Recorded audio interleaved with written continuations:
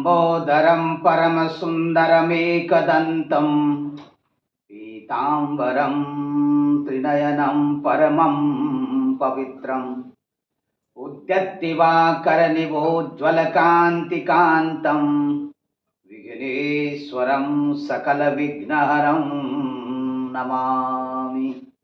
ओंकार स्वरूप ब्रह्म परमात्मने नमः। श्री सद्गुरुभ्यो नमः। जय ब्रह्मदेव, जय ब्रह्मदेव, जय जय ब्रह्मदेव। ब्रह्मर्षि ब्रह्म ज्योति ज्योतिष यूट्यूब चैनल में मैं आप सभी दर्शकों का हार्दिक अभिनंदन एवं स्वागत करता हूं। प्रिय दर्शकों, मैं फिर से उपस्थित हुआ हूं एक नया वीडियो लेकर के वृषभ राशि वालों के लिए जून के महीने में उनके राशिफल को लेकर के। वृषभ राशि वालों का ये जून का महीना कैसा व्यतीत होने वाला है और कहां कहां पर आपको कैसे कैसे सफलता मिलने वाली है और किन किन बातों को लेकर के आपको सावधानी रखने की आवश्यकता है। दर्शकों, यदि अभी तक आपने हमारे ब्रह्म ज्योति ज्योतिष यूट्यूब चैनल को सब्सक्राइब न किया हो तो आप इसे जरूर सब्सक्राइब करें और लाइक करें और शेयर करें। शुरू से लेकर अंत तक आप हमारी वीडियो को देखें। हमारा जो लक्ष्य है, हमारा जो उद्देश्य है कि अधिक से अधिक जो ज्योतिष विषयक जो प्रेमी हैं उन सब तक हमारी वीडियो पहुंच सके। और उसी के साथ हमारा यह भी लक्ष्य है कि हम अपनी वीडियो के माध्यम से आप सब तक जो अपना ये ज्योतिष विषयक ज्ञान देते आ रहे हैं, यह ज्ञान निरंतर आप सब तक पहुंचता रहे हमारे वीडियो के माध्यम से। और हमारी यही एक धारणा भी है और यही हमारा लक्ष्य भी है कि अधिक से अधिक लोग इस ज्ञान से लाभान्वित हों। क्योंकि हमारे यहाँ जो हमारी सनातन धर्म से चली आ रही जो संस्कृति है उसमें सर्वे भवन्तु सुखिनः, सर्वे सन्तु निरामया, सर्वे भद्राणि पश्यन्तु माँ कश्चित् दुःख भाग् भवेत्। यही जो हमारी युक्ति है ये चरितार्थ है और इसी के तहत समाज के उन सभी लोगों को हम सुखपूर्वक देखना चाहते हैं और एक दूसरे के प्रति आदर और प्रेम भाव बना रहे। यही हमारी एक सनातन धर्म की जो संस्कृति है, इस संस्कृति का यही मूलभूत सिद्धांत है, यही उद्देश्य है। तो दर्शकों, जैसा कि ज्योतिष विषय में बहुत से लोगों का विश्वास बना रहता है, बहुत से लोग हैं जो इधर उधर भटकते रहते हैं। इधर उधर भटकने का मेरा मतलब है कि उन्हें किसी एक व्यक्ति विशेष पर पूर्ण रूप से विश्वास नहीं होता है। इसीलिए प्रत्येक व्यक्ति विशेष जो ज्योतिष विषय में जानकारी रखते हैं उन सब के पास जाकर के अपने बारे में पूछने की ये परंपरा चली आ रही है। यदि सिद्धांततः यदि एक किसी विशिष्ट विद्वान के पास जाकर के आप बराबर यदि आप अपने बारे में पूछ रहे हैं तो निरंतर एक जगह आप जा रहे हैं, पूछ रहे हैं, अपने बारे में बहुत कुछ जानकारी प्राप्त कर रहे हैं, तो यह एक तरीका हर किसी के समझ में आता है। लेकिन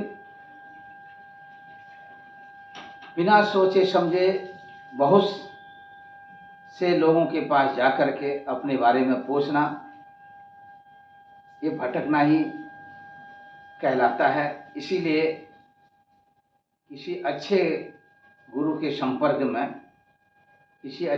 संपर्क में जाकर के आप इस ज्ञान को अर्जित करें।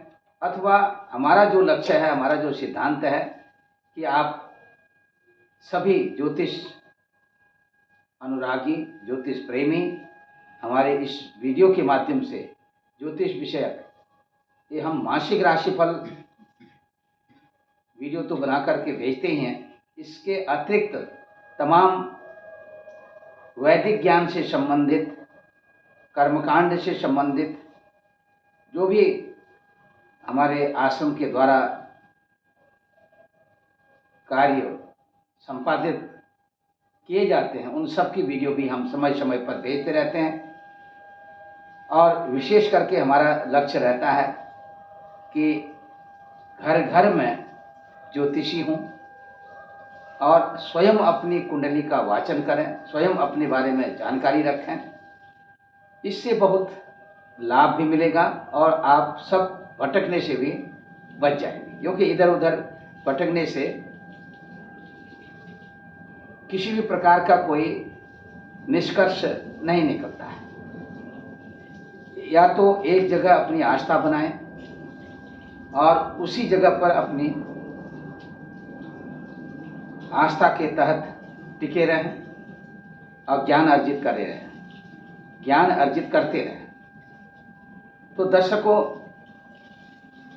ज्योतिषमती प्रज्ञा कहा है। ज्योतिषमती प्रज्ञा एक तमाम जो आकाशीय सौरमंडल में ज्योतिर्पिंड हैं, इस ज्योतिषमती प्रज्ञा के माध्यम से उन पिंडों के द्वारा होने वाली, यानी कि आकाशीय सौरमंडल में जितने भी ज्योतिर्मय पिंड हैं, उन सब पिंडों की जानकारी ज्योतिषमती प्रज्ञा के तहत की जाती है। अब ज्योतिषमती जो प्रज्ञा है इस सब के पास है, लेकिन यहाँ पर ज्योतिषमती प्रज्ञा यदि सबके पास है तो सभी देखने में सक्षम हो सकते हैं। दर्शकों, सबसे पहले ज्योतिषमती प्रज्ञा के तहत अनुभूति जो होती है वह अनुभूति सभी को नहीं हो पाती है। अनुभूति उन्हीं को होती है जो अपनी नित्य प्रतिदिन साधना में साधनारत रहते हैं। उन्हीं को अपनी ज्योतिषमती प्रज्ञा के द्वारा आकाशीय सौरमंडल में ग्रह जनित जितनी भी घटनाएं घटित होती हैं, उन घटनाओं के बारे में पूर्व में ही उन्हें आभास हो जाता है। इसीलिए सब कुछ देखने की जो दृष्टा शक्ति के द्वारा सब कुछ देखने की जो हमारी परंपरा है, सनातन धर्म से चली आ रही परंपरा है। इसीलिए हमारे जितने भी दैवज्ञ हैं, ज्योतिष विषयक विद्वान हैं, वो सब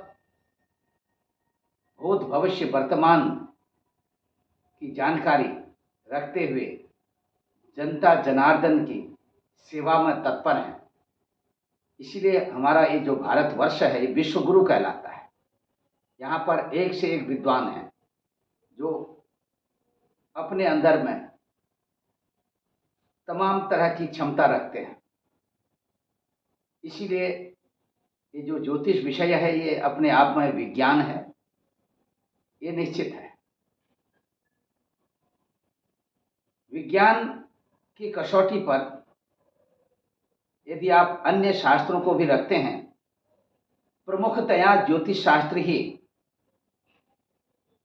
मुख्य रूप से आप सबके दृष्टिपटल पर अपना प्रथम स्थान बना करके आपके हृदय को छूने में सक्षम रहेगा।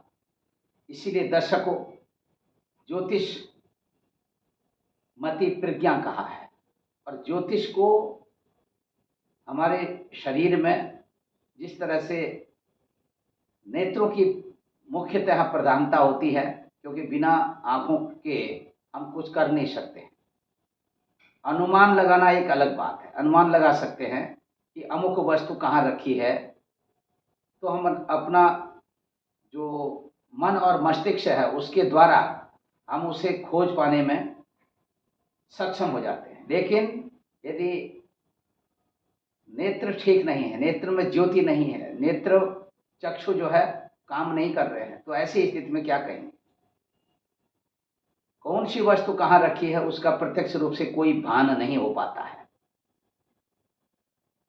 उसके लिए, क्योंकि यदि आप देखने में सक्षम हैं, ठीक तरह से जैसे हमारे नेत्रों की प्रधानता बताई गई है, हम अपने निर्मल चक्षु से वो सब कुछ देख सकते हैं।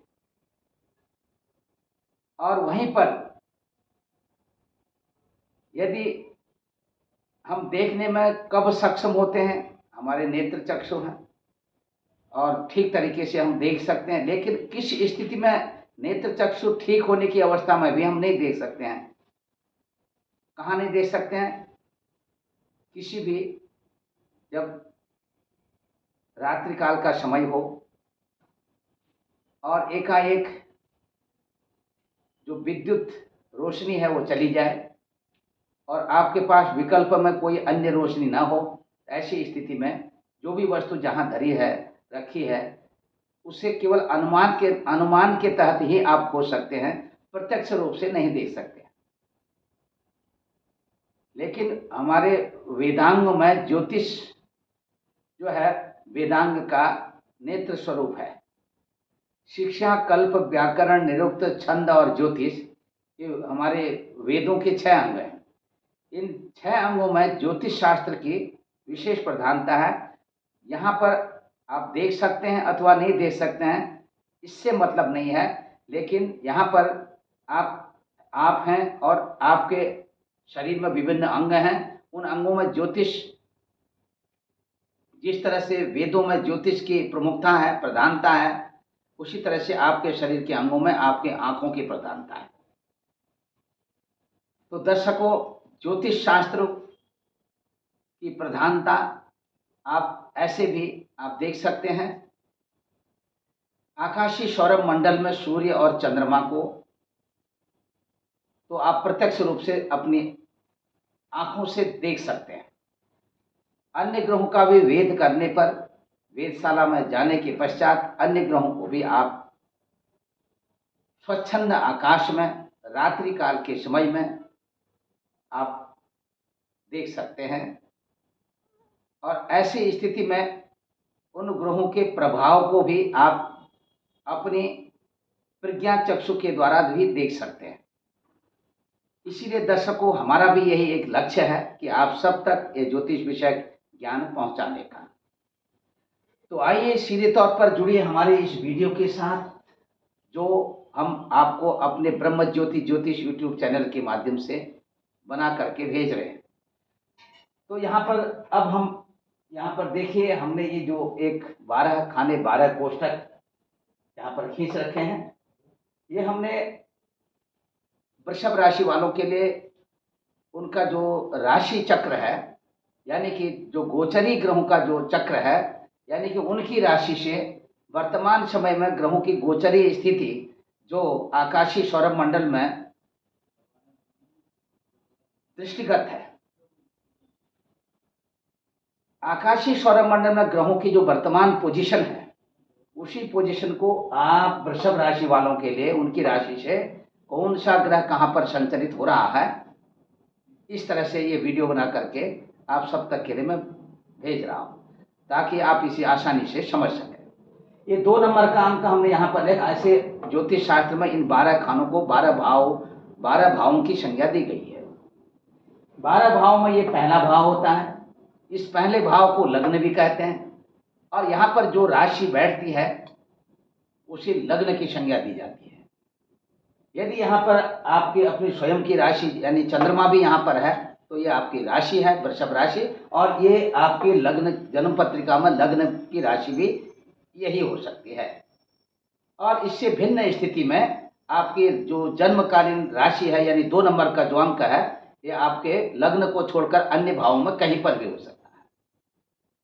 तो ऐसी स्थिति में लग्न जो है आपकी भिन्न होगी और आपकी राशि वृषभ राशि ये कहीं पर भी इन भावों में हो सकती है, लग्न को छोड़ करके। अब दर्शकों, यहाँ पर हम आपको बताएंगे कि ये जो कॉम्बिनेशन बन रहा है, इस समय में भगवान सूर्य देवता आकाशीय सौरभ मंडल में भगवान सूर्य देवता की स्थिति वृषभ राशि पर, यानी कि भगवान सूर्य देवता आकाशीय सौरभ मंडल में वृषभ राशि पर संचरण कर रहे हैं।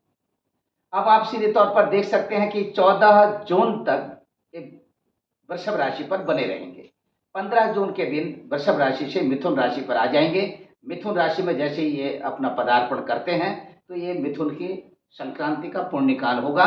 मिथुन संक्रांति के पुण्यकाल में ये 15 जून यानी 15 जून 2023 के दिन आप गंगा स्नान करें, तर्पण करें, श्राद्ध विधि से पिंडार्चन करें, अपने पितरों को पिंडदान के माध्यम से प्रसन्न करें।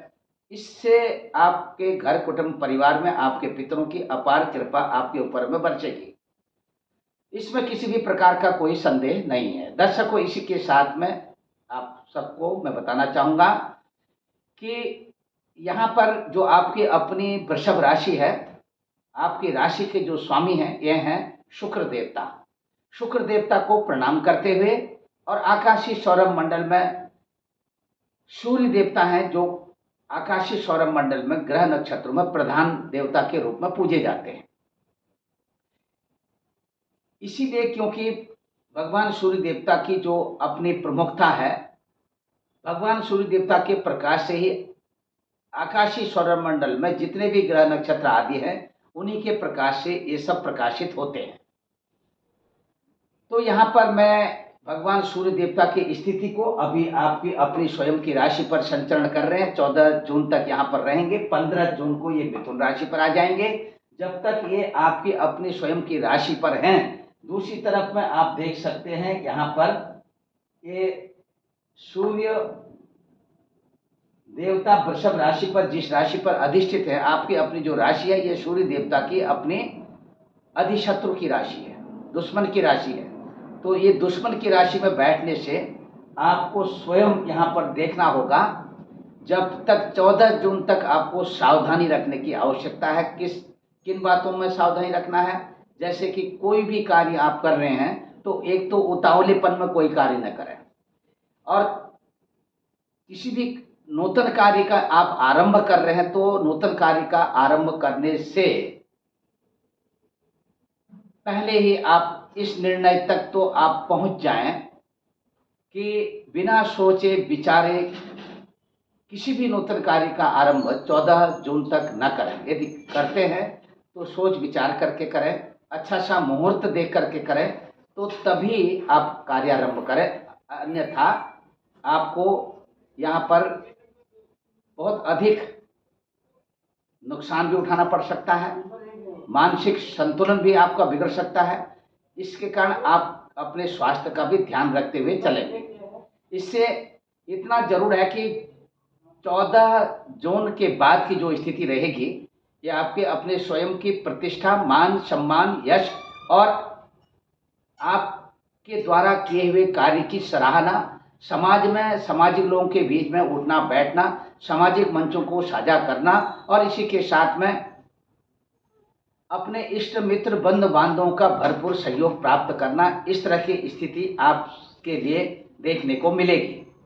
दूसरी तरफ यदि आप आर्थिक रूप से कहीं पर इससे पूर्व में तंगी के शिकार हैं और आर्थिक रूप से आप परेशान हैं, तो आपको 15 जून तक की स्थिति इसको थोड़ा सा यानी 14 जून तक की स्थिति को आपको अपने संभालनी है। 15 जून के बाद की स्थिति आपकी अच्छी रहेगी। यहाँ पर दर्शकों, चंद्रमा यानी चंद्र देवता इस समय आपकी राशि से आप देख सकते हैं 6वें स्थान पर यानी तुला राशि पर संचरण कर रहे हैं 2.25 दिन के लिए, और ये 2.25 दिन ही एक राशि पर रहते हैं। इसके बाद ये वृश्चिक राशि पर चले जाएंगे। वृश्चिक राशि के बाद फिर ये धनु राशि में जाएंगे। यह अग्रिम राशियों में 2.25 दिन के इसी क्रम में फिर से ये जब तुला राशि पर आ जाएंगे तो ये जून का महीना भी समाप्त हो जाएगा, यानी कि जून का महीना ये पूर्ण हो जाएगा। कहीं न कहीं पर चंद्र देवता का भी सूक्ष्म प्रभाव आपको प्रभावित करेगा और आपको अत्यधिक रूप से लाभ भी देगा। दूसरी तरफ में दर्शकों, ये आप देख सकते हैं सीधे तौर पर राजनीति के क्षेत्र में अत्यधिक सफलता मिलने के संकेत मिल रहे हैं। चलचित्र, सिनेमा आदि के क्षेत्रों में यदि आप कार्य करते हुए आ रहे हैं तो यहाँ पर थोड़ा सा कहीं कहीं आपको नुकसान उठाना पड़ सकता है। मानसिक रूप से किसी भी प्रकार से यदि आप पीड़ित हैं तो 15 जून के बाद की जो स्थिति दिखाई दे रही है ये आपके मन की प्रसन्नता को बढ़ाने वाली स्थिति बनती हुई दिखाई दे रही है। दूसरी तरफ आप देख सकते हैं मंगल देवता की स्थिति आप यहाँ पर कर्क राशि पर देख सकते हैं। आपकी राशि से यानी कि तीसरे स्थान में कर्क राशि पर मंगल देवता ये अपनी नीच राशि पर है। मंगल देवता के साथ में यहाँ पर शुक्र देवता यानी आपकी राशि के जो स्वामी हैं वो भी यहाँ पर तीसरे स्थान में यानी आपकी राशि से पराक्रम स्थान पर ये शुक्र देवता और मंगल देवता ये दोनों ग्रह जो है इसे द्विग्रही योग कहते हैं। ये द्विग्रही योग की जो स्थिति है ये आपके पराक्रम में, आपके उत्साह में ये वृद्धि के संकेत मिल रहे हैं। अत्यधिक रूप से श्रम करते हुए सफलता की ओर बढ़ते हुए दिखाई दे रहे हैं। अपने सहोदर भाई बहनों के साथ आपका तालमेल अच्छा सा बनता हुआ दिखाई दे रहा है। किसी भी प्रकार की लेन देन आपस में यदि करते हैं तो सोच विचार करके करें और एक दूसरे को प्रकृति का भी भरपूर सहयोग मिलता हुआ दिखाई दे रहा है। इसी के साथ अब बात करते हैं, यदि आप स्वयं ड्राइविंग कर रहे हैं तो अपनी ड्राइविंग के दौरान आपको बहुत अधिक सावधानी रखने की आवश्यकता है। दूसरी तरफ यदि आपको लंबी यात्रा करनी हो, निश्चित तौर पर आप अपने साथ में एक कुशल चालक को लेकर के ही जाएं। किसी भी प्रकार की लापरवाही वो आपके और अन्यथा अन्य लोगों के लिए भी ये जो है कहीं घातक सिद्ध हो सकती है। इस स्थिति में आप अब यहाँ पर देख सकते हैं बुध देवता की स्थिति को। बुध देवता इस समय में मेष राशि पर संचरण कर रहे हैं। मेष राशि आपकी राशि से 12वें स्थान पर है और ये 6 जून तक के लिए यहाँ पर बने रहेंगे। 7 जून के दिन वृषभ राशि पर बुध देवता आ जाएंगे। 7 जून से लेकर के 14 जून तक यानी एक सप्ताह का जो समय रहेगा, 7 जून से 14 जून तक का अखंड साम्राज्य योग की स्थिति आपके सामने में बनने वाली है। यानी सूर्य और बुध का बुधादित्य योग जो है यह आपके 14 जून तक बना रहेगा। सूर्य बुध का बुधादित्य योग आपके लिए, आपके घर, कुटुंब, परिवार के लिए भी बहुत अच्छा योग बनता हुआ दिखाई दे रहा है। विद्यार्थी बंधुओं के लिए ये योग उनके पठन पाठन शिक्षा आदि के क्षेत्रों में उन्नति देने वाला योग है। इसी के साथ में यदि आपको लिखने पढ़ने का अत्यधिक शौक है, कविता करने का शौक है, कविता पाठ पढ़ने का शौक है अथवा लिखने का शौक है तो यहाँ पर भी आपके कुछ वृद्धि के संकेत मिल रहे हैं। दर्शकों, इसी के साथ मैं आपको बताना चाहूँगा, यदि आप सरकारी सेवा संस्थानों के साथ अथवा व्यक्तिगत संस्थानों के साथ में जुड़े हुए हैं, इस महीने में 15 जून के बाद की स्थिति आपके अपने स्वयं की पद एवं प्रतिष्ठा को बढ़ाते हुए, आपका मान सम्मान भी बढ़ाते हुए, प्रकृति का भरपूर सहयोग प्राप्त करते हुए आप दिखाई दे रहे हैं। इसी के साथ दर्शकों, यहाँ पर मैं आपको बताऊंगा थोड़ा सा आप अपने स्वास्थ्य का अवश्य ख्याल रखेंगे, क्योंकि थोड़ा नसों से रिलेटेड कुछ थोड़ा सा समस्या आपके शरीर में हो सकती है। इस स्थिति को देखते हुए आपको सावधानी रखने की आवश्यकता है। इसी के साथ यहाँ पर अब बात करते हैं आपके गुरु देवता की। और इससे पहले भी मैं आपको और बताना चाहूँगा कि यहाँ पर जो शुक्र देवता है ये 23 जून तक रहेंगे और 24 जून को ये जो शुक्र देवता, ये बुध देवता जो है यहाँ पर आपके 23 जून तक रहेंगे और 24 जून को बुध देवता मिथुन राशि पर आ जाएंगे। मिथुन राशि यानी कि ये बुध देवता की अपनी स्वयं की राशि है। तो यहाँ पर आने से आपको आर्थिक उन्नति के संकेत तो मिल ही रहे हैं। आकस्मिक रूप से धन प्राप्ति के योग, मनचाहा भोजन की प्राप्ति भी होने वाली है। तो इसी के साथ खट्टे मीठे कड़वे रसीले पदार्थों का कदापि सेवन न करें। यदि ऐसा करते हैं तो इसका प्रतिकूल प्रभाव आपके स्वास्थ्य पर पड़ेगा। दूसरी तरफ में आप देख सकते हैं गुरु देवता की स्थिति। यहाँ पर गुरु देवता की जो स्थिति है मेष राशि पर, आपकी राशि से 12वें स्थान पर गुरु देवता यहाँ पर बने रहेंगे राहु देवता के साथ। यह स्थिति कहीं न कहीं आपके घर, कुटुंब, परिवार में माता श्री के स्वास्थ्य को लेकर के बहुत सारी परेशानियां आ सकती हैं। माता श्री के स्वास्थ्य का ख्याल अवश्य रखें। माता श्री को कमर से रिलेटेड, पेट से अथवा घुटनों से रिलेटेड प्रॉब्लम होने के संकेत मिल रहे हैं। दूसरी तरफ पिताश्री का आशीर्वाद, पिताश्री को हृदय रोग से संबंधित थोड़ा सा कष्ट होगा। अच्छा होगा कि यदि इस तरह के कुछ संकेत मिलते हैं तो पिताश्री की रक्षा करना आपका परम धर्म होता है। यानी कि प्रथम दृष्टया पिताश्री और माताश्री की देखरेख करना और अपने नज़दीकी उपचार केंद्र में ले जा करके उनका उपचार कराना, यही आपका परम धर्म है। इसी के साथ आपको माता पिता का आशीर्वाद भी आपके साथ बना रहेगा। इसी के साथ दर्शकों, यदि किसी भी प्रकार की खरीदारी करनी हो, घर भूमि भवन आदि के क्षेत्रों में किसी भी प्रकार का इन्वेस्टमेंट करना हो, तो थोड़ा अभी आपको इंतजार करना होगा। 15 जून के बाद आप किसी भी प्रकार का इन्वेस्टमेंट कर सकते हैं आगे चल करके, ताकि आपको किसी भी प्रकार की क्षति नहीं होगी। दूसरी तरफ दर्शकों, यहाँ पर संतान पक्ष की बात करते हैं। संतान पक्ष को लेकर के अभी आप थोड़ा सा यहाँ पर चिंतित होते हुए दिखाई दे रहे हैं। जिनको अभी तक संतान सुख की प्राप्ति नहीं हुई हो, उनको अभी थोड़ा सा इंतजार करने की आवश्यकता है। इसी के साथ जिनके पास संतान सुख है, उन्हें भी थोड़ा सा अपने विशेष करके अपनी ज्येष्ठ पुत्र अथवा ज्येष्ठ कन्या के साथ वैचारिक मतभेद होने के संकेत मिल रहे हैं। ऐसी स्थिति में शुक्र देवता की स्थिति आप देख सकते हैं मंगल देवता के साथ में। यहाँ पर शुक्र देवता कर्क राशि पर बने रहेंगे और शुक्र देवता की स्थिति कर्क राशि में ये दो द्विग्रही योग जो है आपके मन और मस्तिष्क पर प्रभाव डालने वाले हैं। तो दर्शकों, इसी के साथ में यदि आपके कहीं प्रेम संबंध चल रहे हो, तो प्रेम संबंधों को लेकर के भी आपको थोड़ा सा अनबन होने की स्थिति दिखाई दे रही है। आगे 15 जून के बाद की जो स्थिति है, ये आपके प्रेम संबंधों में प्रगाढ़ता, मधुर संबंध, और यदि भविष्य में आप अपने प्रेम संबंधों को सुधारने में सक्षम हो जाते हैं, तो भविष्य में यही प्रेम संबंध जाकर के आपके मैरिज लाइफ में कन्वर्ट होने की स्थिति दिखाई दे रही है। इसी के साथ दर्शकों, आगे फिर से हम बात करेंगे आपके ननिहाल पक्ष की। ननिहाल पक्ष को लेकर के आप देख सकते हैं शनि देवता की जो स्थिति है। शनि देवता कुंभ राशि पर आपकी राशि से 10वें स्थान पर संचरण कर रहे हैं। शनि देवता की दृष्टि 4थे स्थान पर पड़ रही है, जो माता के स्वास्थ्य के साथ साथ, जैसा कि अभी हमने बताया, प्रभाव डालने वाले हैं। और इसी के साथ में दर्शकों, आप देख सकते हैं शनि देवता की जो दृष्टि है आपकी राशि से 7वें स्थान पर आपके गृहस्थ जीवन में पति पत्नी के एक दूसरे के प्रति वैचारिक मतभेद होने की स्थिति भी बनती हुई दिखाई दे रही है। व्यापारिक बंधुओं के लिए अधिक से अधिक लाभान्वित होने के संकेत मिल रहे हैं। व्यापारिक बंधुओं के लिए उनके व्यापार में कुछ परिवर्तन की स्थिति दिखाई दे रही है। इसी के साथ दर्शकों, ननिहाल पक्ष की बात कर रहे थे। ननिहाल पक्ष में नाना नानी के स्वास्थ्य को लेकर के निश्चिंत बने रहे हैं। मामा मामी के स्वास्थ्य को लेकर के थोड़ा सा चिंता व्यक्त की जाती है। इसी के साथ में ननिहाल पक्ष से आर्थिक रूप से भी आप लाभान्वित होते हुए दिखाई दे रहे हैं।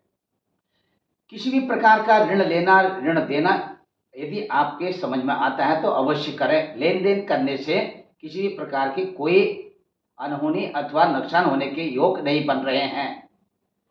इसी प्रकार दर्शकों, यहाँ पर शेयर मार्केट में यदि आप इन्वेस्टमेंट करना चाहते हैं, तो यहाँ पर आप देख सकते हैं शेयर मार्केट में इन्वेस्टमेंट करने के लिए यह समय उपयुक्त नहीं है।